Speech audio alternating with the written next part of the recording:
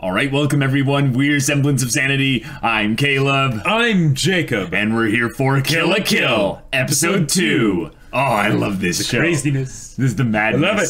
But now we have Ryuko, who's basically demanding that Satsuki tell her who she needs to scissor. Like, I mean, Right. she's just, you, tell me. But the problem Who is killed my father? that it takes two. And right now, My name is Ryuko Matoi. You killed my father. Prepare to die. Or more like, who killed my father? Prepare to... tell them that they should prepare to die. Tell them that they should be prepared to die. Yeah. So probably a lot more crazy antics, more fighting because they have the other four, horsemen, mini bosses, whatever that she'll probably have to go through before actually fighting the student council president. Yes, she does have to figure out what's the deal with this sentient piece of clothing, Right. And what's its story, because it's tied to her father, but it's a question of. But right now it's tied to her, so, Right. It's it's a question of like, what does it actually potentially know? Like, what does it actually know, or Right. does it know anything other than her size. But yeah. Oh god, these jokes, they're gonna be great. Oh, I yeah. loved all the details that you caught in the first episode. Oh, that yeah, I only great. noticed on rewatch, like the sorry I took your bike note. That one was awesome. Notice that there is a school hierarchy that doesn't end with Satsuki, Right, though. exactly. There's some sort of parent or whatever that is the Some kind of chairman or chairwoman or Uh-huh. something like that. Yeah. Yeah.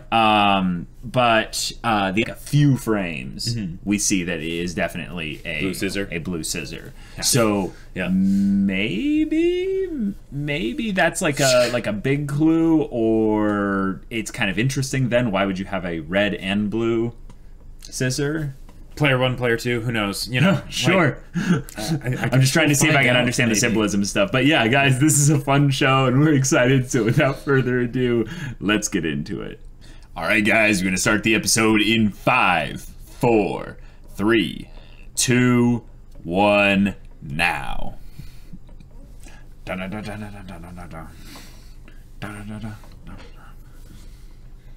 Yes, it's a sword scissor. Kiryuin. That girl's hat is almost as big as she is.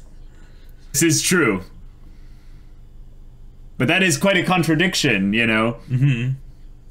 Dazzling.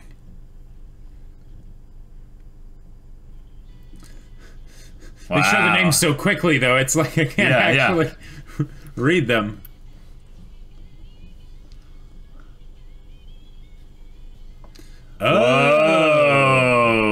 Oh.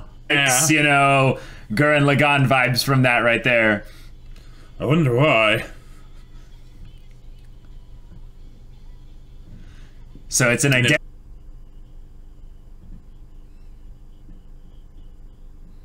Case Drifter! Ah! His name is Mataro. Yeah. Please belt away! Tsukuyo, yeah.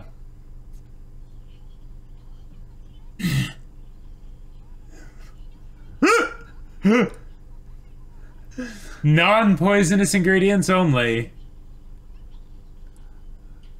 What? What? Dog? Guts! Guts! The dog's name is Guts! I love how she throws it out and he instinctively closes it again. Yep. Because he's such a greedy Guts.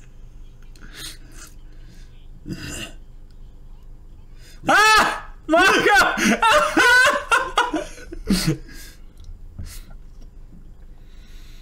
Our student council president is brooding. Ah. Yes. Oh, whoa. But what is...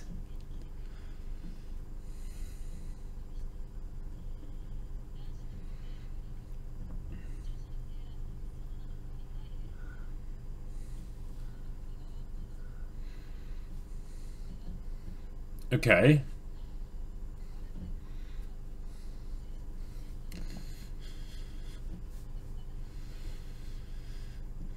Whoa. All right. The Sewing Club. Mm-hmm. Human Conquest and Liberation Project.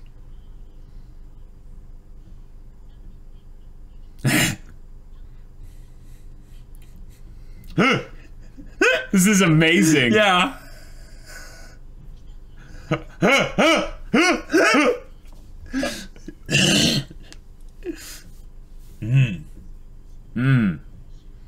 Ah, so they are in Japan, okay.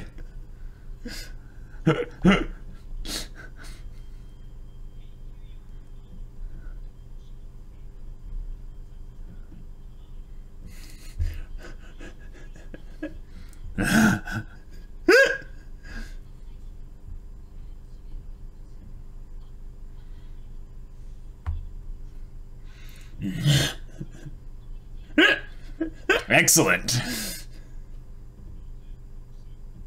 Oh. Really?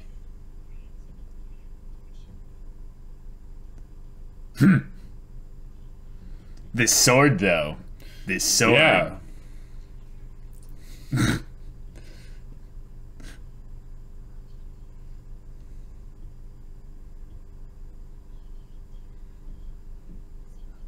Senketsu. Yeah.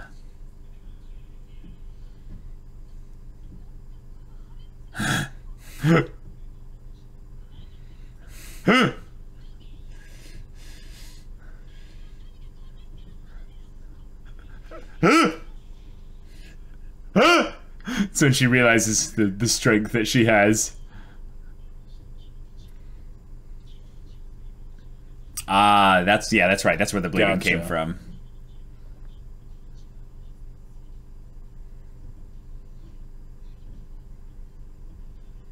Oh.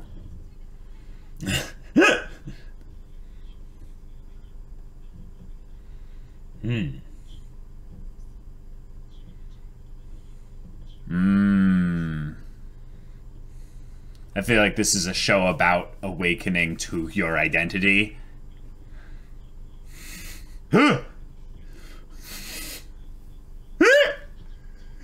Oh, okay. Yeah.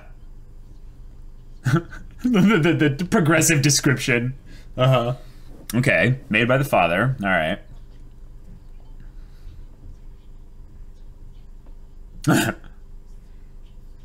Oh. Okay. Fresh blood. Cool. Nice. It's kind of fitting for her, too. Yeah. Because she's the fresh blood at school.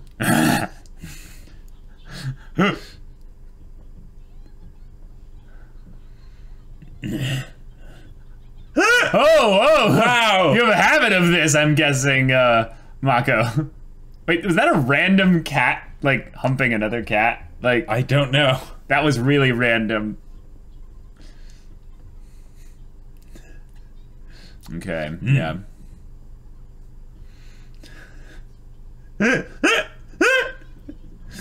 But what are because the parents? High school is everything. Right, but the parents don't have any.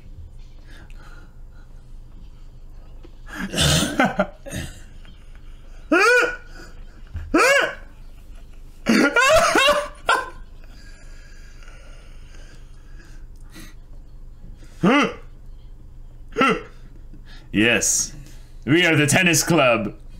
Yes.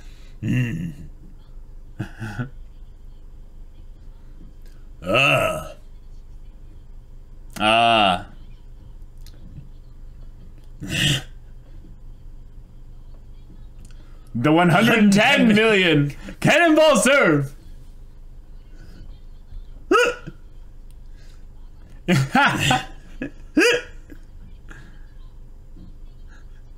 The masses of them look Exactly identical. The same. Yeah. Wait. Wait, she just noped out of there.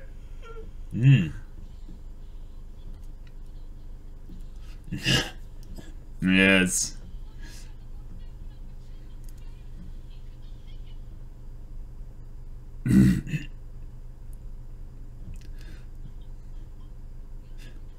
Does she have to bleed in order for it to awaken or whatever?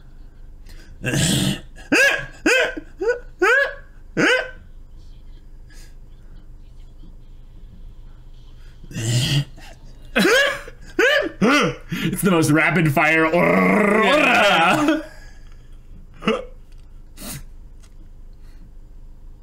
Oh, jeez. Oh, boy. Oh. Oh, this will be good. Wow. And tonk. Nope. Oh, right. This guy. Yeah. Oh. Yeah.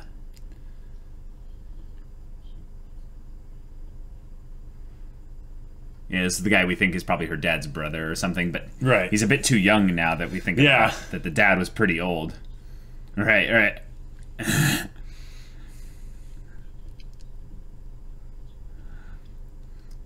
Maybe he's her cousin or something?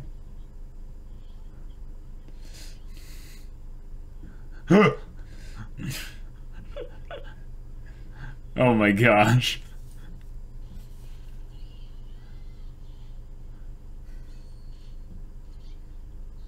Acupuncture. Anesthetic acupuncture, okay. Ah. Okay, so her blood is special. Garderobe.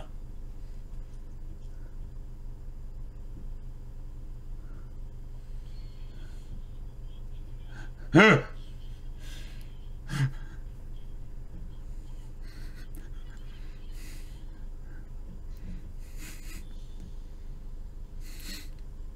What?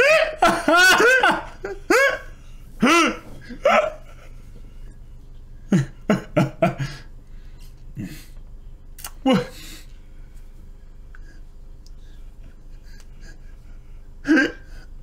Glorious manservice. Yes, obviously. Right.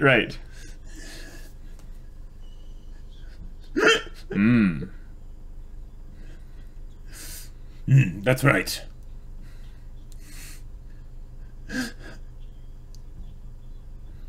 The light flashes and stuff.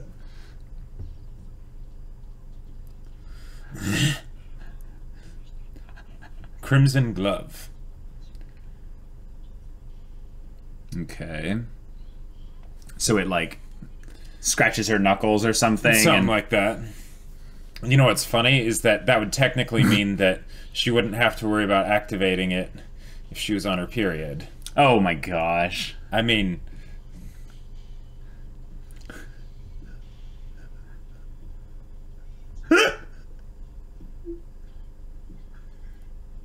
Tennis spec.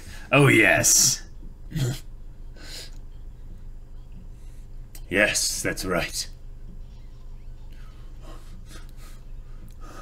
Oh my gosh!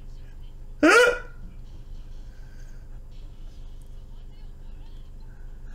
just pops out. Yeah.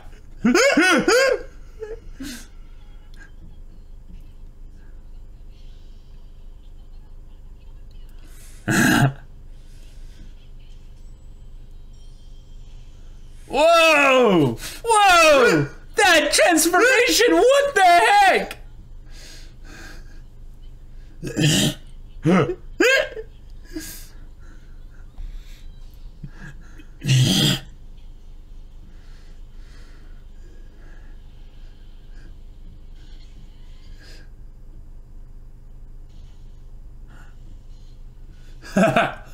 Nice. Splitting hairs. Yeah. Mm-hmm.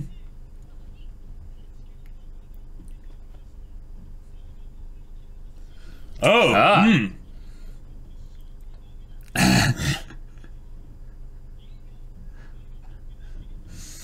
How dare you defile it? Yes! This is now a sports anime. Wait, who's watching with some kind of sniper scope? Probably the homeroom teacher. Yeah, probably. Ah! What? She won.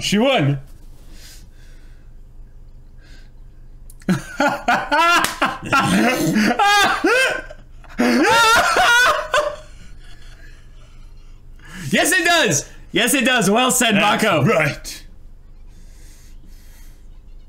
Yes. She has a racket already.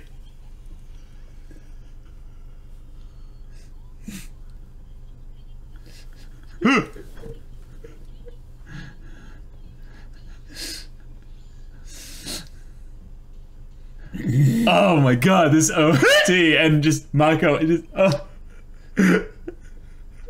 everything. Mako is this is amazing. Yeah.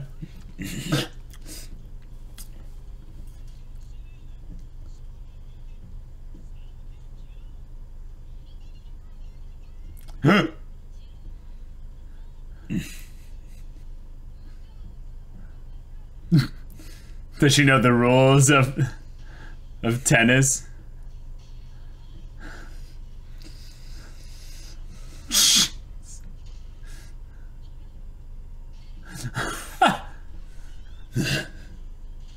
Jeez.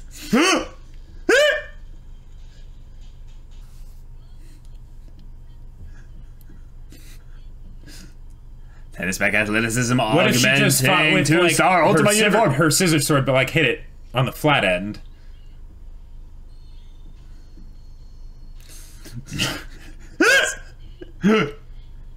Nice, nice. Using the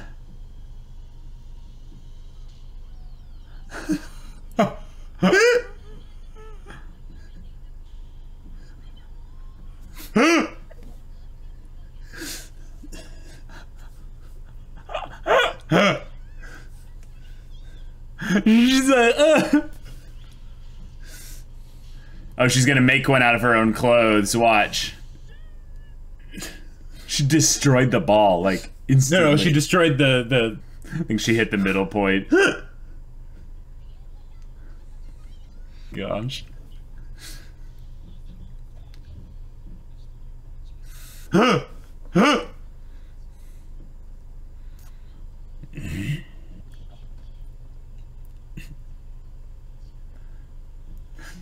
The way she just rotates. Yes. I love how like epic and like the music is, even though it's just like nothing's happening right now. Right, right. Oh, the soundtrack coming in! She has two opponents.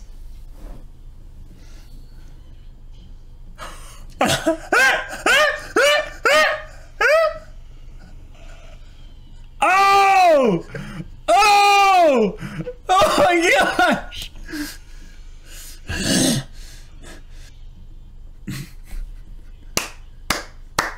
just like the boxing guy. And then every single time they do that, the threads of their uniform. Nani? I think yes. Yes. Crap. Is it made from the blue?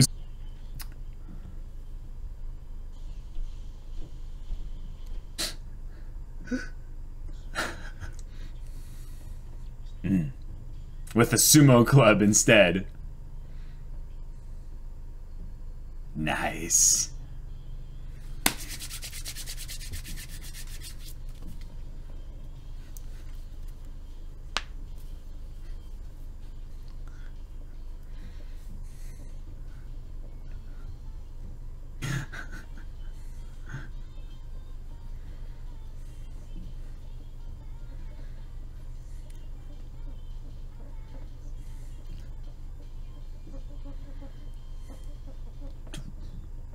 Cool.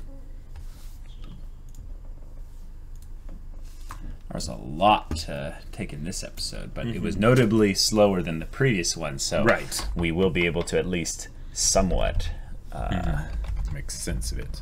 Yes. Who else was there? Mako's family. Mako's family. Brother, father, mother, and dog. Parents, dog, guts.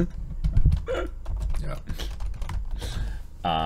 We had the new teacher that was upgraded and then demoted all in the same episode. Hakodate. Right. I believe. We also had one of the Four Horsemen mini bosses guys, and he was kind of around the sports, or he's like the sports organizer guy, I believe. Something like that. Yeah, we can maybe get his name. And then they gave us more time with the homeroom teacher dude. Who likes taking off his clothes. Oh, yes he does. So now, his name, we'll just call him homeroom teacher for now. I work out. What else? She calls him Senketsu. Right, the uniform. Senketsu, it's fresh blood. Right. Fresh blood and needs blood in order to transform / awaken. Yeah. Now there's a real connection between blood, threads, awakening, identity, and father. Matoi Ishin. There's a thing there. I can smell it. Yeah. That seems good. That seems pretty good for episode 2. We can go back and rewatch it later and then add Yes. this stuff. Okay, full length, episode 2. Alright guys, thank you for watching our full length reaction to Kill la Kill episode 2. If you would like to watch the discussion portion for this episode, go check out the link in the description. And we'll see you there. Wow. Okay. So this show is so hilarious. Yeah. Like, still manically paced, but a bit slower than the previous episode. Right. Makes sense, because that would be kind of ridiculous if they maintained that for every single episode. Right. The main thing that we're probably going to do after having now watched this episode is go back through this one and the previous one and just get everyone's names down, because there are a ridiculous amount of named characters in this. And even in the opening, they only gave you like 3 or 4 frames to read what they had there. So right. So you know, we're going to be naming people for as best as we can. Yeah. But it'll be a lot of little girl with the tall hat and homeroom teacher. Right. You know? Right. Exactly. Yeah.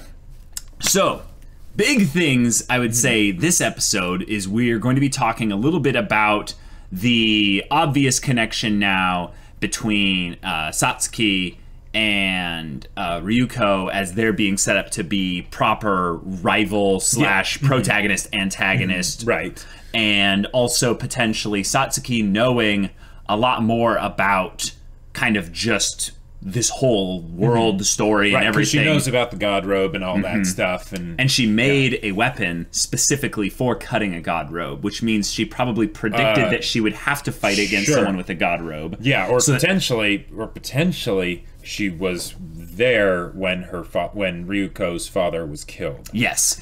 I think it's almost I think it's almost obvious at this point that they're trying to set up that there's probably some twist to it, but that Satsuki was the killer. Right. Like, the other thing I could see is if it was Satsuki's parent, that's the chairman or chairwoman or whatever, and that the parent gave the order. The order, or they were the one that did it, and they handed off the weapon to Satsuki as this is your instrument of authority at the school, kind of a thing. Yes. This show has a very younger generation fighting against the older established society kind of thing there, and we're like, yep, this is kind of a theme throughout a lot of other stories. It fits pretty well into Gurren Lagann as well. So if Satsuki is the primary antagonist / rival / I would say authority figure that Ryuko needs to basically fight the power against, and stuff. What we could be seeing is Ryuko goes through kind of a slow, gradual unveiling, transformation of sorts into being someone that can fight her. So we see cool random fights and stuff along the way, a la tennis match, ridiculousness. which is good fun and stuff. Yeah, that was fantastic. I'm noting a very serious theme or connection or thread of connection between blood, the threads of like the clothing themselves, the awakening of Senketsu, and also just the core story's theme about identity. Sure. And of course the father, Isshin Motoi. Right. He seems to be the one that's kind of the crux of actually understanding what is going on for the viewer as us, but also specifically for Ryuko, because she is the main character and the focal point for the story. But since he's dead, they don't, you know, they don't necessarily have to go through him. Because they go through Senketsu, though. That's why he has the missing memories.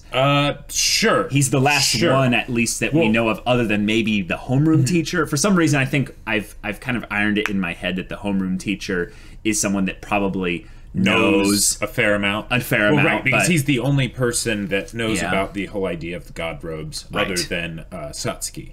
But he seems to also be incredibly cryptic about it for reasons. Right. Yeah. So there's so he's another potential avenue of getting information. Yep. There's also the fact that Senketsu has been absorbing the little crimson threads of fate from the enemy Ultima uniforms when they're defeated.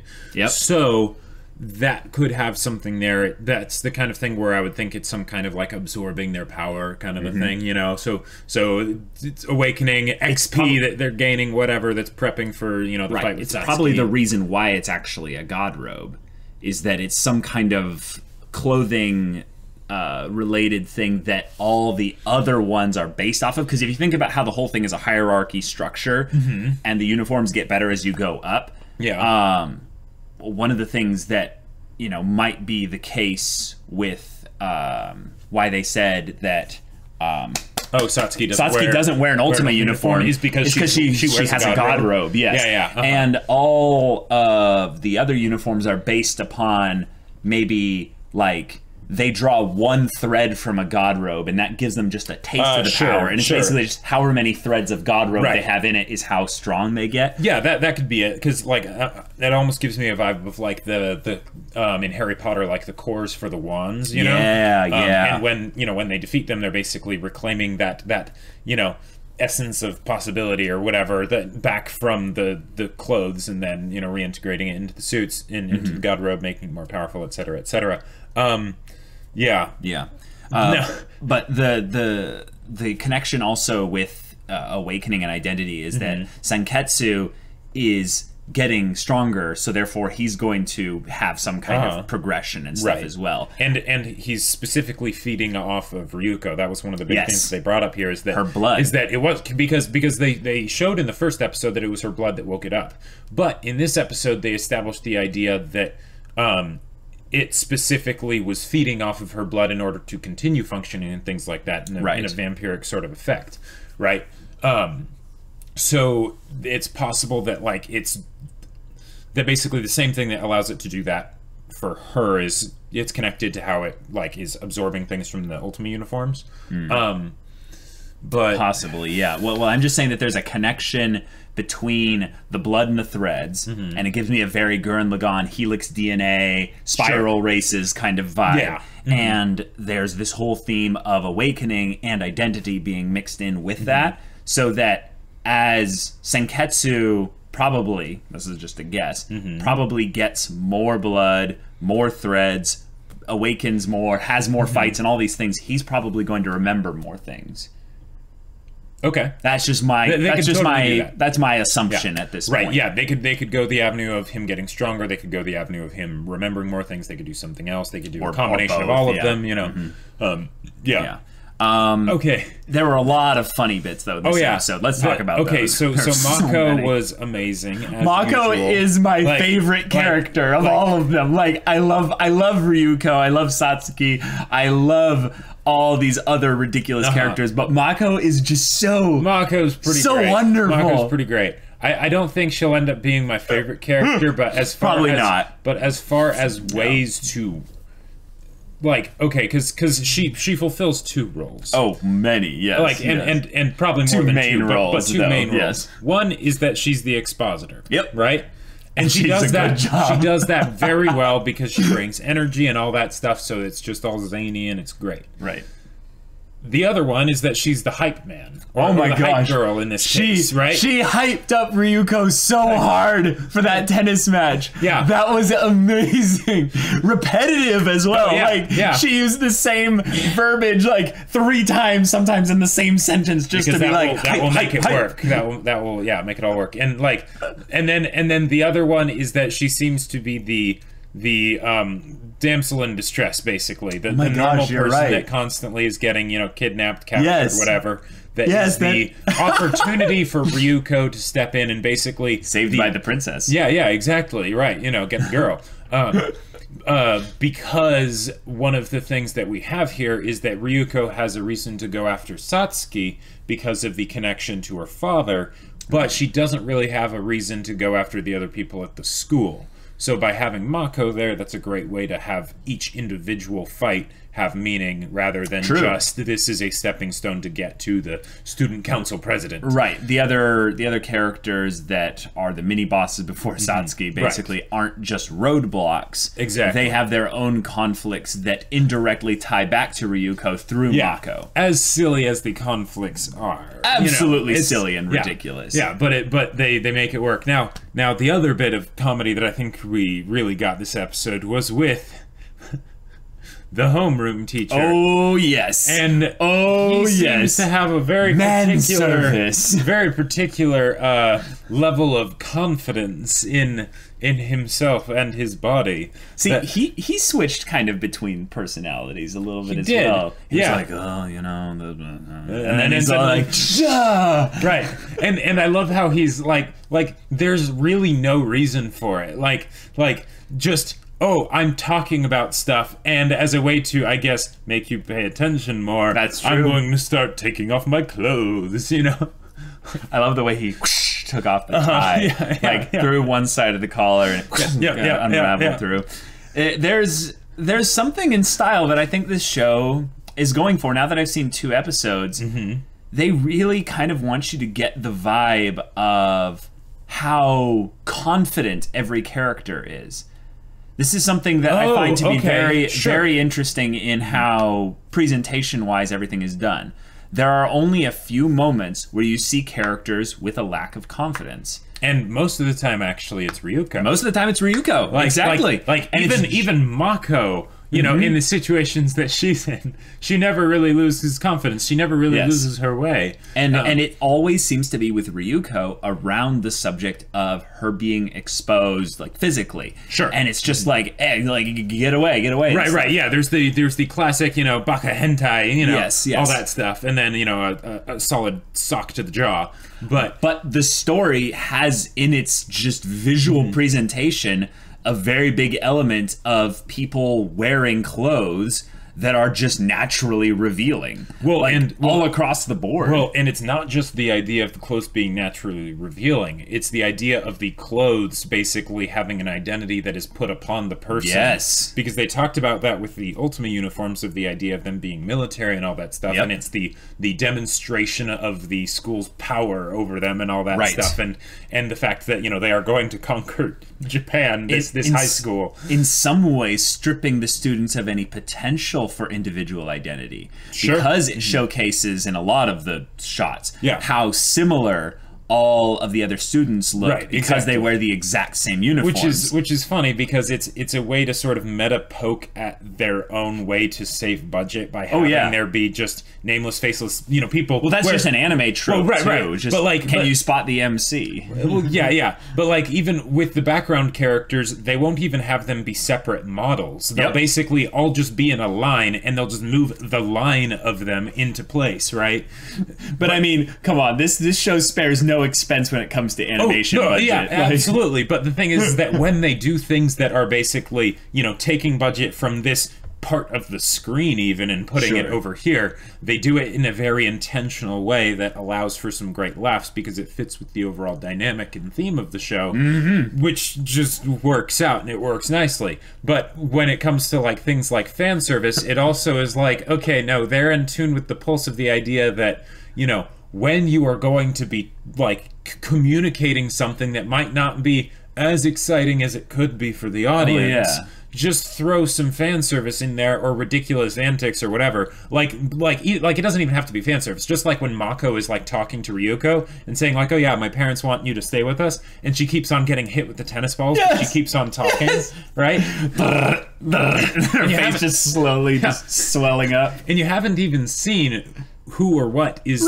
smacking her with these tennis balls, but she keeps talking, and then once she's finished, then they go to the next bit of the conflict, which is the tennis club. Yes. So that was great. And then then there's the fact that Ryuko specifically will get embarrassed whenever the thing transforms. There's the blush effect, that's always there and stuff. So well also not only that, just how many people are kind of oogling her, and how many people are just drawing kind of attention specifically to, like when she flops out of the out of the little carousel thing, right? She's gondola, just kind of drops out. They're like, whoa, barely dressed chick, right. Well, and even when they're doing the tennis match, like it's again, it's one of those things where it's like dynamic shots.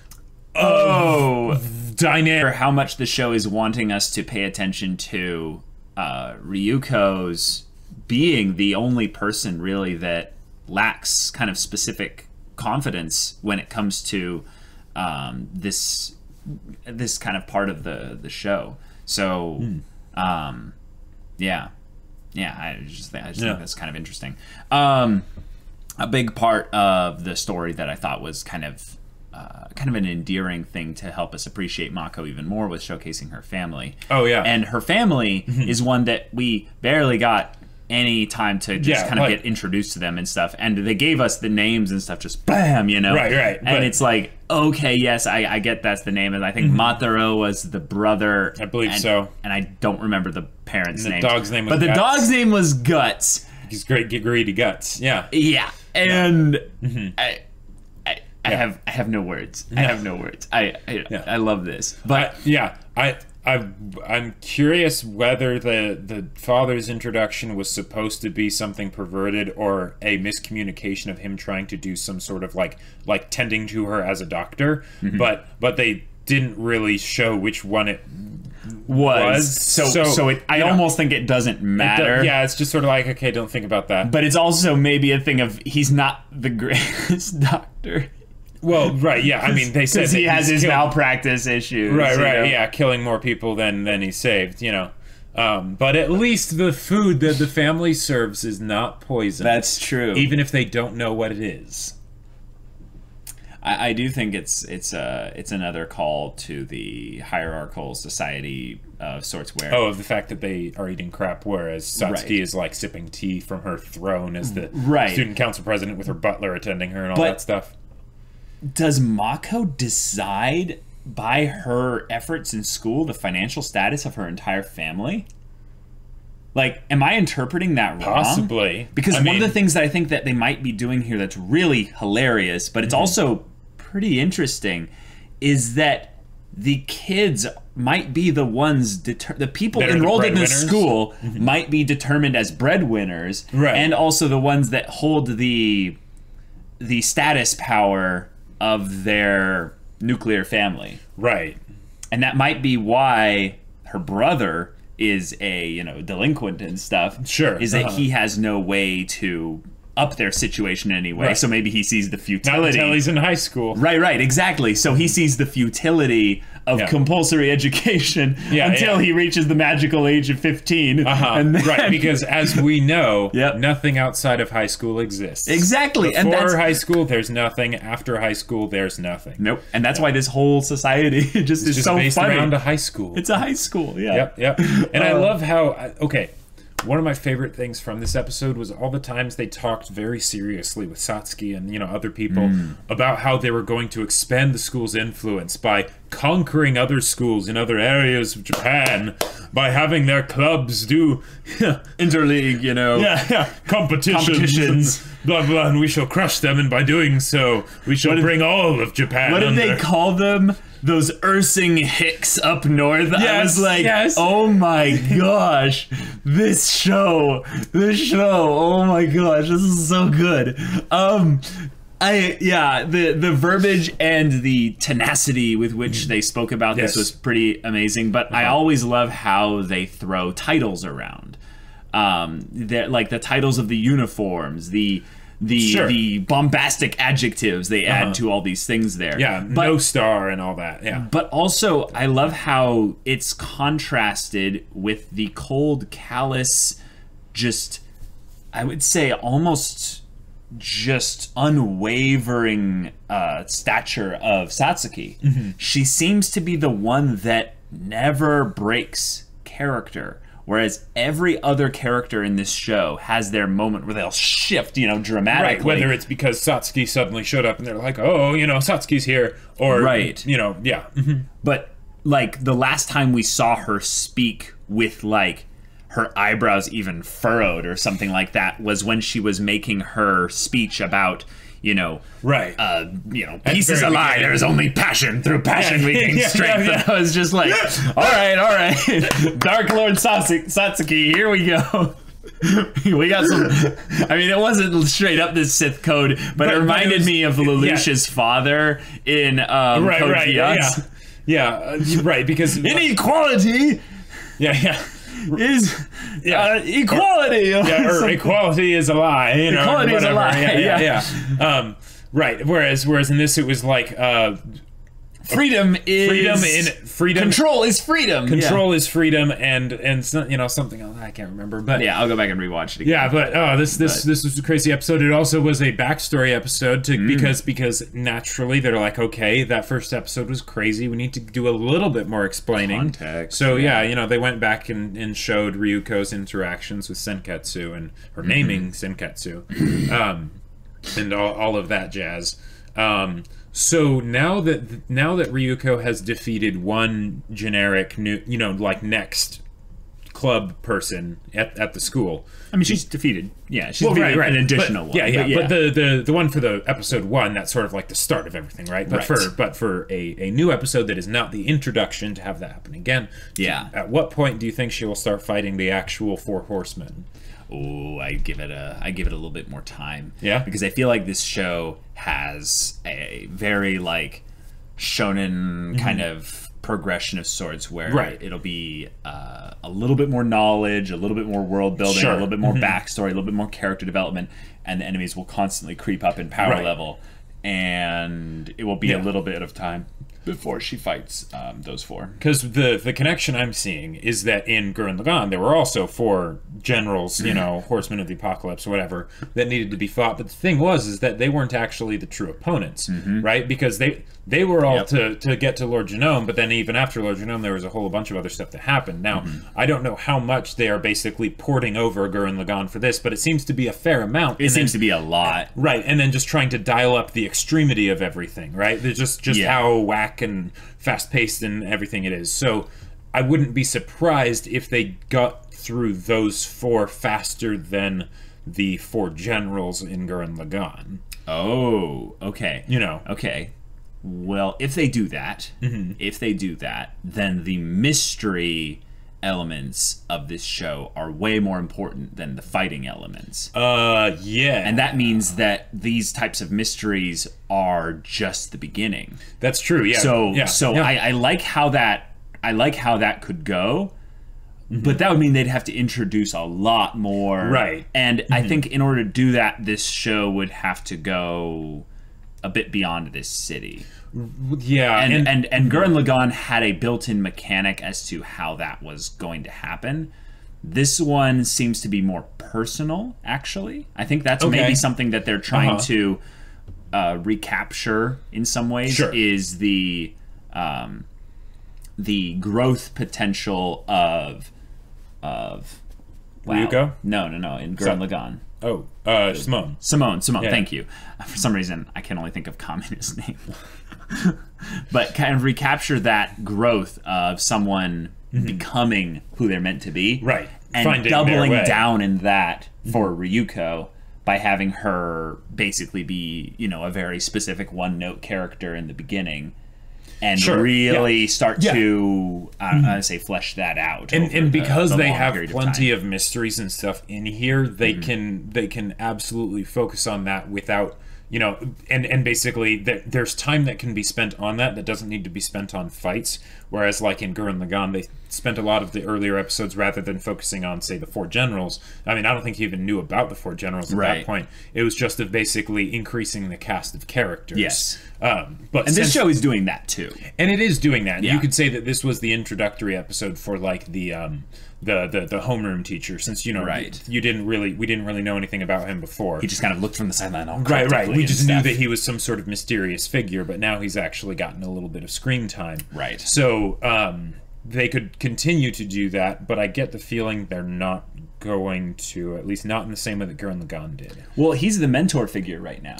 Yes, but I think he's going to have repeated screen time. Oh, absolutely. But right now, I think we are really going to be kind of broadening the relationship between Senketsu and Ryuko. Sure, those two are going to be the ones that will be the Kamina Simone equivalent, you know? Yeah. Because they even mentioned the power of friendship in this this episode. They did. Mako really is the power of friendship just personified. She's like, in the first episode, why'd you dodge me?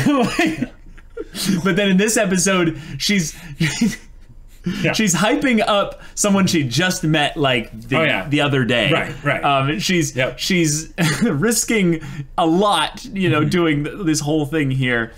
Although she's not above abandoning Ryuko and just being like, all right, cool, I'm gonna go now. Just running. But like, I don't think this, when it's all said and done, I don't think the cast of Kill la Kill is going to be as big as the cast of Gurren Lagann. Oh, I agree. Like because there were a lot of side characters in Gurren Lagann, and I see them going for more of, like you said, more of the personal, approach. There's just the visual element. I think things are going to condense towards a more fine point, like the pyramid of the hierarchy of the school and everything. Almost like the shape of a drill. Well, yes. I mean, yeah, totally. But like, it's going to be that bit where maybe all these threads in the beginning all converge at a point where they go into a single strand of cloth, and that will be the cloth that will pierce the heavens, and right, that will bind the scissors together. Oh yes, yeah, all that transcendedness. Right. There were some specific Satsuki little info drops that were kind of big. I would say which ones? The main one is that she knows what a god robe is, so we can assume that she probably has a god robe. Yeah, probably. There's the fact that she has a sword, that we haven't really seen anyone with weapons that are separated from their clothes. Other than, Ryuko. Yeah. But also, she is kind of you're Ishin Matoi's yes, she knows about her dad. That's true. So she knows about the dad. Senketsu will eventually know about the dad when he gets his memories back. We have the homeroom teacher knows about the dad. And we have a main character who seems like their journey is to kind of not follow exactly in her father's footsteps, but kind of her own way. Find her own way, but by looking back at something related to the context of her father so that she can find her way. Possibly. I think there's a real theme of lineage going on here, like right now. Like the threads of Senketsu touched the father, and by that way they weave into her the potential for her to strike out and dream anew with the power of her own free will. And her her drill. This is just going off of like what was already in my noggin, so there will probably be details I'll be wrong about on this, but the whole idea of the threads, the crimson thread of fate, right? That's the idea of people's fates being tied together, even though they might be separated, right? So that could be her and her father. That could be if there was the thing that we were talking about of basically her like influencing the school and starting the uprising and all that would that goes into the whole idea of the clothing, because that's a whole bunch of threads all woven together, like a lot of threads. So that would tie into that right there, especially if there was anything like that with Satsuki, because that's like because they've given Satsuki a lot of focus. And this was the other thing that stood out to me this episode.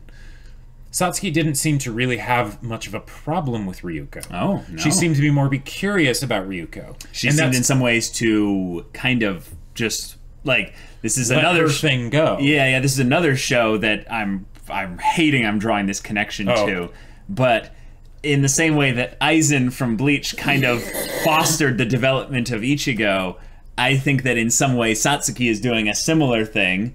No, I'm serious. I'm just drawing that connection of like an antagonist that somewhat cares a little bit about the development of Ryuko. Yeah. Yes. I know it made you cringe and die inside. Oh, it made me too. But the thing is, I dealt with it like 2 minutes ago while I was thinking about this idea in my head, so I didn't have to visually express it. Yeah, right. And because the thing that here's the thing, because this almost feels like a contradiction already with Satsuki's character. It does, because what we saw of her in the first episode and the way then what we've seen of her based on other people's responses to her, yes, right now, is that she is someone you don't want to mess with. Even the fact that that little bit of blood got like on her cheek, you know, that they weren't able to stop it. They were just terrified. So and the way like she responded to the kid that got his hands on an Ultima uniform and all that stuff, right? All of that.